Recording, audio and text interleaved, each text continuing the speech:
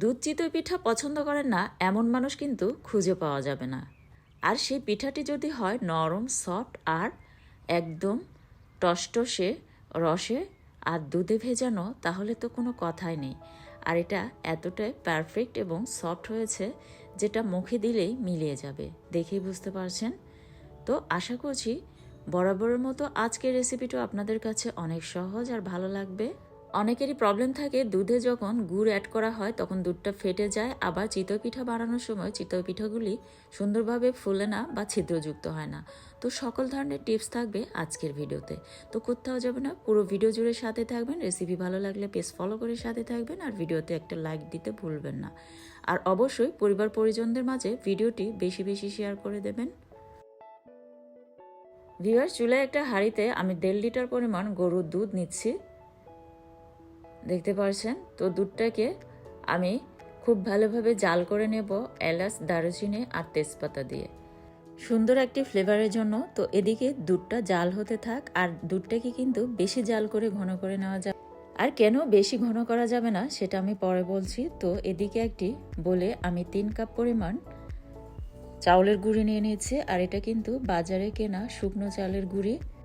আর স্বাদ মতো লবণ অ্যাড করে দিলাম, আর দিয়ে দিচ্ছি 3 কাপ পরিমাণ কুসুম গরম পানি। আর কুসুম গরম পানিটা কিন্তু অবশ্যই আঙ্গুল চোবানো যায় এই পরিমাণ কুসুম গরম পানি নিতে হবে। তারপর এটাকে খুব ভালোভাবে নেড়েচেড়ে মিশিয়ে নিতে হবে। নিয়ে আমি ব্লেন্ডারের জাগে নিয়ে নিয়েছি, নিয়ে ব্লেন্ডারের জাগে দিয়ে আমি প্রায় 1 মিনিটের মতো এটাকে ব্লেন্ড করে নেব। ব্লেন্ড করার কারণে কিন্তু এটার উপরে অনেকটাই বাবল হবে, আর এই বাবলের কারণে কিন্তু পিঠাগুলি ছিদ্রযুক্ত হবে এবং ফুলবে। আর এই কাজটি কিন্তু আপনারা হাতের সাহায্যেও করে নিতে পারেন। তবে শুকনো চালের গুঁড়ি আপনারা যদি হাত দিয়ে ব্যাটারটি বানিয়ে নিতে চান তাহলে অবশ্যই 10 মিনিটের মতো কুসুম গরম পানি দিয়ে চাউলের গুঁড়িটাকে ভিজিয়ে রাখতে হবে। তারপর এটাকে পরিমাণ মতো পানি অ্যাড করে নিয়ে খুব ভালোভাবে মিক্স করে নিতে হবে। আর একটু সময় নিয়ে কিন্তু মিক্স করে নিতে হবে হাতের সাহায্যে। আর এই কাজটি যখন আপনারা ব্লেন্ডারে করে নেবেন তাহলে কিন্তু ইজিলি 1 মিনিটের মধ্যেই এটা করে নেওয়া সম্ভব হয়। আর সেটাই কিন্তু আমি করেছি। আর হাত দিয়ে করে নিলে কিন্তু একটু টাইমটা বেশি লাগে। লোহার কড়াইটাকে কিন্তু আমি আগে খুব ভালোভাবে গরম করে নিয়েছি, আর তারপর একটু পানি ছিটিয়ে দিয়ে টিস্যু পেপারে একটুখানি তেল নিয়ে কিন্তু খুব ভালোভাবে মুছে নিয়ে আগে খুব ভালোভাবে গরম করে নিতে হবে লোহার কড়াই কিংবা মাটির এরকম ঝাঁঝের ক্ষেত্রেও। তো আমি লোহার কড়াই কিন্তু বানিয়ে নিয়েছি, আর কতটা পারফেক্ট হয়েছে পিঠাগুলি তা দেখে বুঝতে পারছেন। ঠিক একইভাবে কিন্তু আমি ঝাঁঝটাকেও খুব ভালোভাবে গরম করে নিয়ে আগে মুছে নিয়েছি টিস্যু পেপারে একটুখানি তেল মাখিয়ে।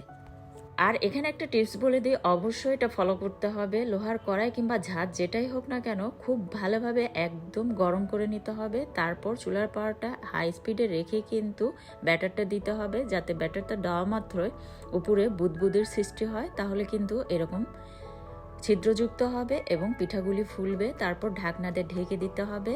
আর ছোট পিঠাগুলি আমার 1.5 মিনিটের মতো সময় লেগেছে। আর লোহার কড়ায় যে পিঠাগুলি বানিয়েছি এগুলি বানিয়ে নিতে আমার 2 থেকে 2.5 মিনিটের মতো সময় লেগেছে। আর সবগুলি পিঠা কতটা ফুলেছে এবং ছিদ্রযুক্ত হয়েছে আর কতটা পারফেক্ট হয়েছে, নরম তুলতুলে সফট, তা দেখেই বুঝতে পারছেন। আর এই পিঠাগুলির নিচের সাইডটা কিন্তু একটু মুচমুচে টাইপের, আর উপরের সাইডটা নরম সফট, আর খেতে কিন্তু ভীষণ মজার। আপনারা কিন্তু এটা রসের যে লালি থাকে সেটা দিয়ে সার্ভ করতে পারেন, ভীষণ মজার। আবার চাইলে চাটনি দিয়েও সার্ভ করতে পারেন। আর চাটনির ভিডিও কিন্তু আমার গত পিঠার ভিডিওগুলিতে শেয়ার করা আছে, একটু কষ্ট করে দেখে নেবেন। আর এদিকে কিন্তু দুধটাও জাল করা হয়ে গিয়েছে, আর আস্ত গরম মশলাগুলি এখন আমি তুলে ফেলে দিচ্ছি। আর এই টিপসটা অবশ্যই কার্যকরী, এটা অবশ্যই ফলো করতে হবে। অনেকেই কিন্তু এই সময় গরম দুধে গুড় কিংবা লালি অ্যাড করে থাকেন, তার কারণে কিন্তু গরম দুধে যদি গুড় অ্যাড করা হয় আর সেই গুড়টা যদি ভালো মানে না হয় সেক্ষেত্রে কিন্তু দুধটা ফেটে যায়। তো আপনারা কিন্তু গরম দুধে কখনোই গুড় অ্যাড করতে যাবেন না, তাতে কিন্তু দুধটা ফেটে যাওয়ার চান্স থাকে। তো পিঠাগুলি আগে এভাবে একটু করে ভেঙে নিয়ে দুধে অ্যাড করে দুধটাকে 4 থেকে 5 মিনিটের মতো জাল করে নেবেন। আর চাইলে একটুখানি চিনি অ্যাড করে দেবেন এর সাথে, যেটা আমি করেছি। এই সময় চিনিটা অ্যাড করলে পিঠার ভিতরে হালকা হালকা মিষ্টি প্রবেশ করবে, যেটা পরবর্তীতে খেতে ভীষণ মজার লাগবে। তো এটাকে ঠান্ডা হওয়ার জন্য আমি এখন ঢাকনা দিয়ে ঢেকে রেখে দিচ্ছি। তারপর 5 থেকে 7 মিনিট পর আমি ঢাকনাটা তুলে যখন এটা কুসুম গরম পর্যায়ে চলে আসবে, ঠিক সেই পর্যায়ে অ্যাড করে দেব খেজুরের ঝোলা গুড়। তো আমি মেজারমেন্ট কাপের 1 কাপের মতো কিন্তু ঝোলা গুড় অ্যাড করে দিয়েছি। আমি বেশি মিষ্টি পছন্দ করি না, তো হালকা হালকা মিষ্টি হবে এই টাইপের মিষ্টি কিন্তু অ্যাড করে নিয়েছি। তো আপনাদের পছন্দ মতো আপনারা কিন্তু বাড়িয়ে বা কমিয়ে ঝোলা গুড়টা অ্যাড করে নেবেন। আর ঝোলা গুড় না থাকলে গুড়টাকে জাল করে পানি দিয়ে ঘন করে নিয়ে কিন্তু এর সাথে এভাবে অ্যাড করে নিতে পারেন। আর 1 কাপের মতো কিন্তু নারকেল করে অ্যাড করে দিয়েছি, দিয়ে খুব ভালোভাবে মিক্স করে নিয়েছি। আর পরের দিন সকালে কিন্তু পিঠাগুলি আমি সার্ভ করেছি।